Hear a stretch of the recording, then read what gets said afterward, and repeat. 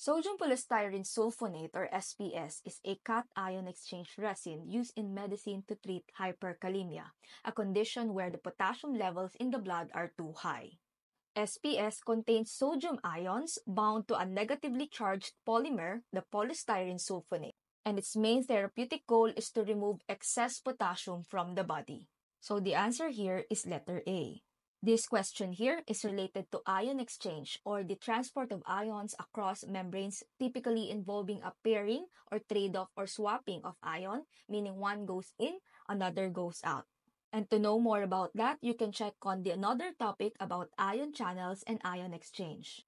SPS is a resin made of polystyrene that has been sulfonated, giving it a negative charge. It swaps its sodium ions for potassium ions in the gut, pulling the potassium into the stool to be excreted. It is available as oral or rectal preparation.